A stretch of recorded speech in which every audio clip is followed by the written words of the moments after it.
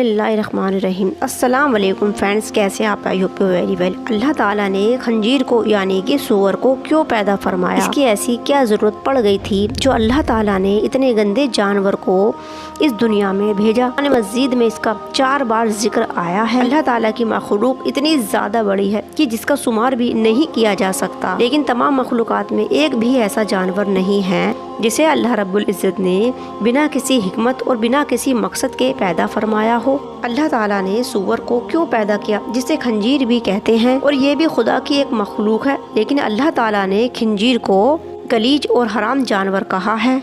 اب یہ سوال پیدا ہوتا ہے، جب اللہ تعالیٰ نے سور کو پیدا فرمایا تو اسے گلیج اور حرام جانور کیوں فرمایا، اور اس کے پیچھے خدا کی کون سی حکمت پوشیدہ ہے؟ اور اللہ رب العزت نے خنزیر کا ذکر 4 بار قرآن میں فرمایا ہے، سورہ المائدہ میں، سورہ انعام میں، سورہ بقرہ میں اور سورہ الخیر آیت میں۔ قرآن کریم میں اللہ تعالیٰ نے خنزیر کا نام لے کر اس کو حرام ارشاد فرمایا ہے، اور اس کا گوشت بھی کھانے سے منع فرمایا ہے، اور کسی جانور کا نام لے کر یہ نہیں کہا گیا۔ اور بہت سے ملکوں میں غیر مسلم لوگ اس کا گوشت بہت شوق سے کھاتے ہیں، لیکن یہ ایک گلیج جانور ہے۔ اس کا گوشت کھانے سے بہت سے نقصان ہیں جو سائنس بھی پروف کر چکا ہے۔ سائنس کے مطابق اس کا گوشت کھانا انسان کے لیے نہایت ہی خطرناک ہے، اور یہ جانور انتہائی ذلیل اور گندا ہے، کیونکہ سور ہی وہ جانور ہے جو اپنی مادہ کا کسی دوسرے سے ملاپ کرواتا ہے اور بے حد خوش محسوس کرتا ہے، جو کہ باقی جانوروں میں یہ نہیں دیکھا گیا ہے۔ خنزیر کی خوراک گندگی اور غلاظت ہے۔ اگر اس کے سامنے کوئی صاف چیز رکھ دی جائے تو بھی یہ اس کو نہیں کھائے گا، اور گندی یا پھر غلاظت جیسی چیز نہ ملے تو یہ اپنی ہی غلاظت کو کھا جاتا ہے۔ اور سوال یہ پیدا ہوتا ہے کہ جب یہ اتنا گندا جانور ہے تو اللہ تعالیٰ نے اس کو کیوں پیدا فرمایا، اور خنزیر کو پیدا کرنے کے پیچھے کیا وجہ ہے؟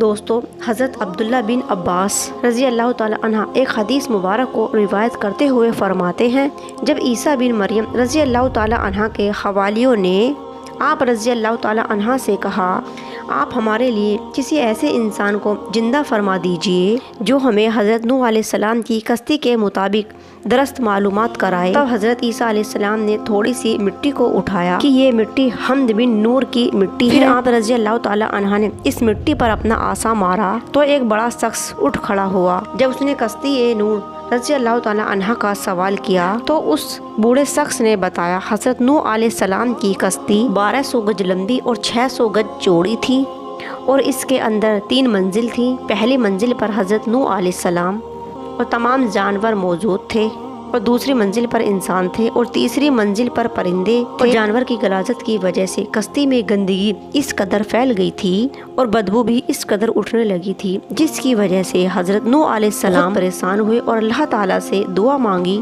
اللہ تعالیٰ نے حضرت نوح علیہ السلام کی طرف وحی نازل فرمائی، اور اللہ تعالیٰ نے حضرت نوح علیہ السلام کو حکم دیا کہ اے نوح، اپنے قریب کھڑے ہاتھی کے دم کو پکڑو اور پھر ایک طرف کو کھینچو۔ حضرت نوح علیہ السلام نے اللہ کے حکم کے مطابق ہاتھی کے دم کو پکڑ کر جھٹکا، جو کہ خنزیر نر اور مادہ تھے، اور جانوروں کی غلاظت کی طرف لپکے اور کچھ ہی سیکنڈوں میں ساری غلاظت کو چٹ کر گئے، اور ان 2 خنزیر کی جوڑی سے ہی ان کی باقی نسل آگے بڑھی۔ اب آپ سمجھ ہی چکے ہوں گے کہ جس جانور کو اللہ تعالیٰ نے گندگی صاف کرنے کے لیے پیدا فرمایا ہے وہ گندا ہی ہوگا، اور سائنس کی تحقیق بھی صحیح ثابت ہو رہی ہے۔ اللہ تعالیٰ نے آج سے 1400 سال پہلے ہی ہمیں اس جانور کی حقیقت سے آگاہ فرما دیا تھا، تو پھر ہم کیسے اس جانور کو گندا اور گلیج نہ سمجھیں، کیسے اس کو ناپاک نہ سمجھیں؟ پتہ نہیں وہ لوگ کس قسم کے انسان ہوتے ہیں جو اس کا ماس، اس کا گوشت کھاتے ہیں۔ چیز کا مالک اور خالق اور حکمت دار اللہ ہی ہے، وہ جو چاہتا ہے کرتا ہے۔ ہمیں ہر صورت سے اس کے احکام پر سر تسلیم کرنا ہوگا، اسی میں ہماری دنیا اور آخرت کی بھلائی چھپی ہوئی ہے۔